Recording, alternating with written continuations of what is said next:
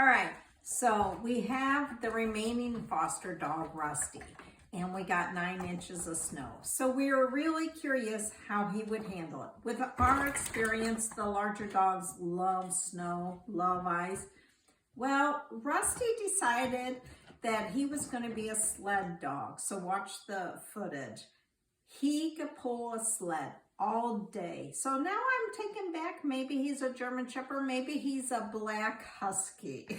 But he was really fun. Let me look at him now. He's crying because he wants to go out in the snow. But watch the footage and remember, please adopt or foster a dog. There are so many. Rusty is through hightails. So have a great day. Run, Rusty, run! Run!